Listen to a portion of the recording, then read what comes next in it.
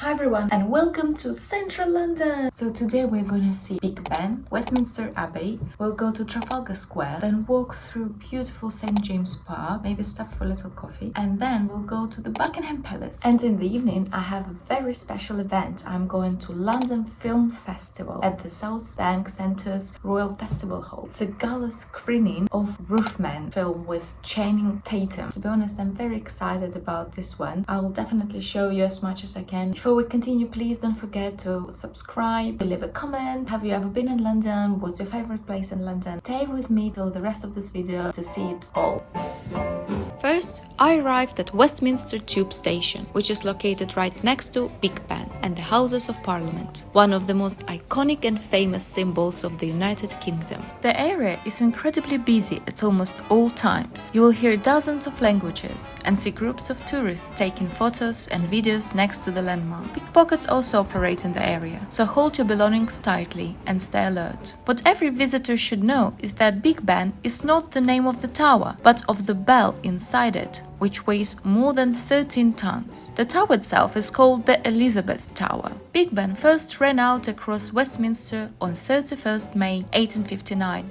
The Elizabeth Tower is part of the Palace of Westminster, also known as the Houses of Parliament. This massive Gothic revival structure has over 1,000 rooms, 100 staircases, and 3 miles of passages. The Houses of Parliament include the House of Commons and the House of Lords, the two legislative chambers that occupy the palace. It remains one of the central hubs of political life in the United Kingdom, so much so that Westminster has become a metonym for both UK Parliament and the British government.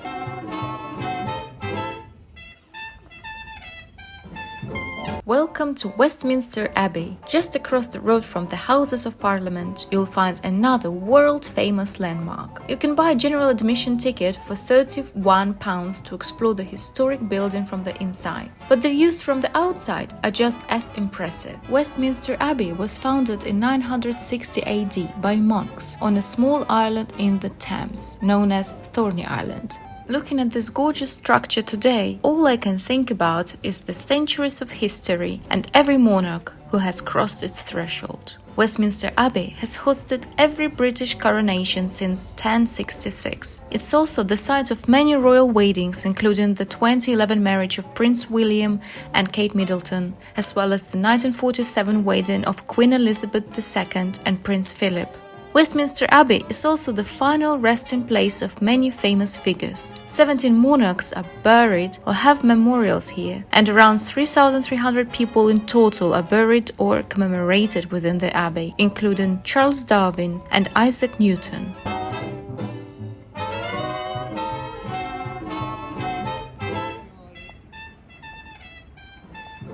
If you walk down Whitehall, the street that leads from Big Ben to Trafalgar Square, you'll pass by the famous Downing Street, the residence of the UK Prime Minister. Some of the most notable political figures in modern history have lived and worked at number 10, including Winston Churchill and Margaret Thatcher.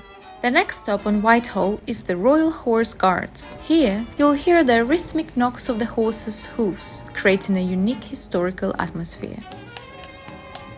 The uniforms worn by the riders look like illustrations straight out of English history textbooks.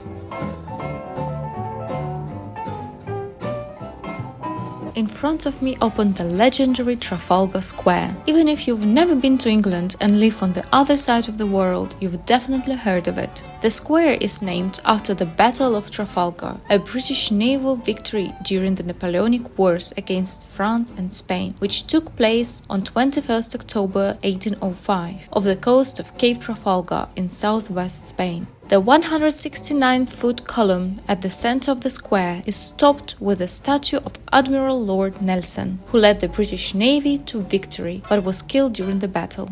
From Trafalgar Square, you can turn onto one of the most royal roads in London, the Mall. This tree-lined avenue serves as a ceremonial route leading from Trafalgar Square to Buckingham Palace. It's famous for its role in national pageantry, including royal weddings, jubilees, and state visits. Its distinctive red surface resembles a giant red carpet. Turning from the Mall, you'll find Horse Guards Parade. It's a spacious parade ground, best known for its daily and annual ceremonies. The changing of the King's Life Guard takes place at 11 a.m. on weekdays and 10 a.m. on Sundays, lasting around half an hour. With gleaming uniforms, proud horses, and precise maneuvers, it's one of the most photographed spectacles in London.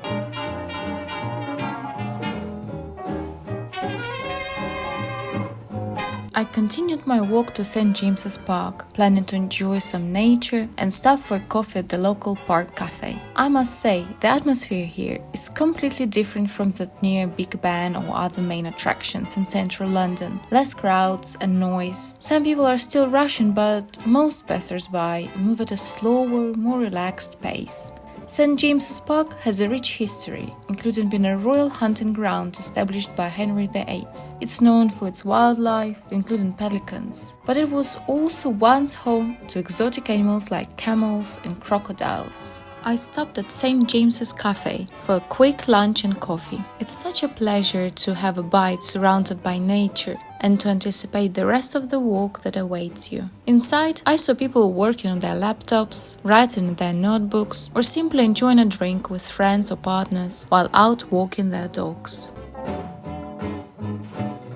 Now you probably think that I'm somewhere in the countryside, but no, it's still the center of London. Secret spot is Duck Island Cottage. It's straight out of Hans Christian Andersen, surrounded by a thriving kitchen garden with plum squash and tomatoes flourishing in raised beds. It reminds me so much of my grandma's garden back in Ukraine. Duck Island is named for its long history of keeping birds, dating back to 1612. One of the most notable residents was bird keeper Thomas Hinton, who lived there from 1900 until 1953 and raised his family on the site. The cottage was nearly demolished after that, but was preserved in the end, following intervention from the Royal Fine Art Commission. It was restored and officially became the headquarters of the London Historic Parks and Gardens Trust in 1994, which has since created a beautiful cottage garden around it. From there, I walked through the rest of St. James's Park, across the Blue Bridge, until I reached the legendary, the magnificent, the historical Buckingham Palace. Right in front of Buckingham Palace stands the Queen Victoria Memorial. Queen Victoria is remembered for her incredible reign, a time when the British Empire expanded dramatically. The Industrial Revolution transformed the country. The British Empire grew nearly fivefold during her time, becoming the largest the world had ever known and covering a quarter of the globe's population at the time of her death. Buckingham Palace is the official London residence of the reigning monarch and the administrative headquarters of the UK monarchy. The palace has 775 rooms, including 19 staterooms, 52 royal and guest bedrooms, 188 staff bedrooms, 92 offices, and 78 bathrooms. Originally built as a townhouse in 1703, it was acquired by King George III and became the official London residence of the royal family in 1837, during the reign of the Queen Victoria. The palace opens its doors to the public only in the summer. Since Buckingham Palace is still a functioning royal residence, opening it to visitors year-round isn't always practical. That's why it's open only during August and September.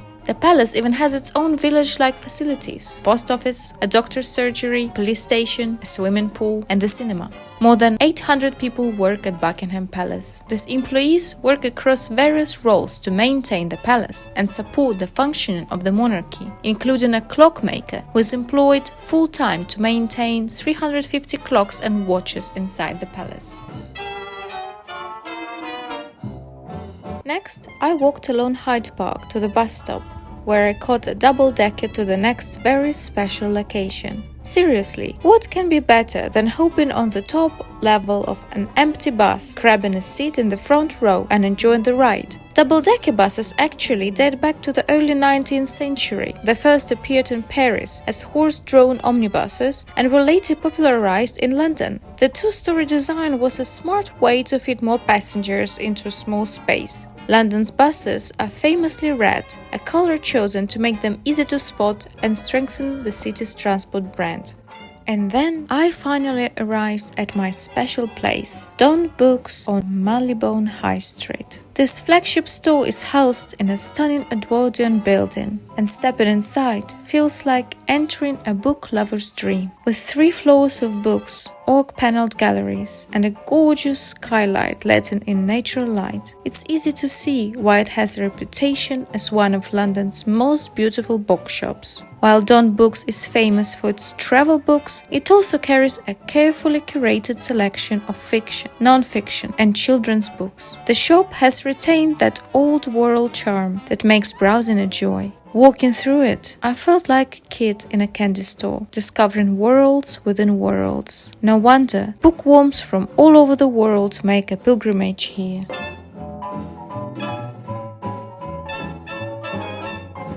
And then it was time for me to go back to the hotel and get ready for my London Film Festival event, which I was so much looking forward to.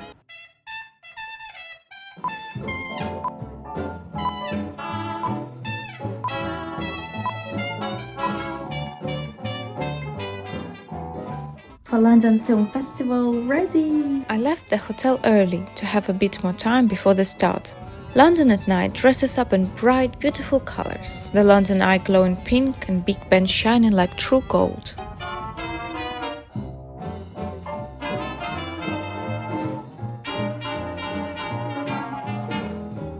Upon arrival, after my ticket was checked, a trained police dog sniffed my handbag and a security officer inspected the inside. I was allowed in. And what a surprise awaited me. The very Hollywood actors from the Roofman film were on the red carpet.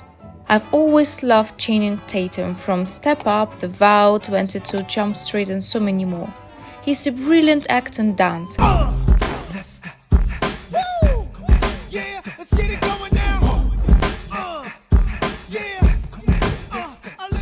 Kirsten Dunst is a legend too. I adored her in Bring It On, Eternal Sunshine of the Spotless Mind, Spider-Man, Melancholia.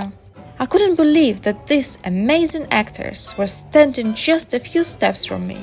Even though it was hard to see them clearly through the crowd, I recognized Kirsten Dunst in a red dress. And somewhere in a black suit I spotted Channing Tatum's head. Later, I walked into the South Bank Centre, trying to catch a glimpse of the actors from a window above, but it was just as hot as from below. So I took the lift to level 6, grabbed a glass of wine, and enjoyed the beginning of a beautiful evening. At 9 p.m, we were led into the Royal Festival Hall. I was sitting at the back, but it didn't lessen my excitement a bit. I was secretly hoping the actors might come on the stage.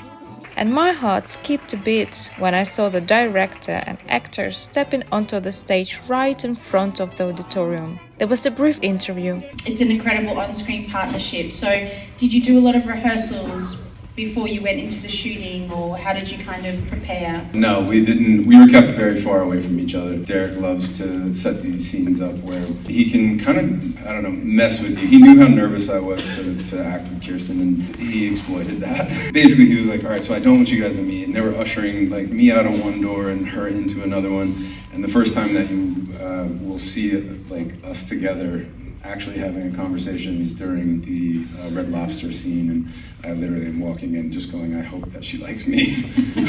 A few jokes. Wait, what was that? And then they left. The lights dimmed and the large screen came to life. So, how was the film? Roofman is a film based on the true story of a man who robbed 45 McDonald's to feed his family. He was arrested, but then he escaped from prison and ended up living in a toy shop. It's a layered, deeply human story. It was one of the best films I've seen in a long time. As they say, Hollywood doesn't make films like this anymore. No matter what genre you usually enjoy, I'd bet you will love this film just as much as I did. So make sure to get a ticket for the showing in your local cinema.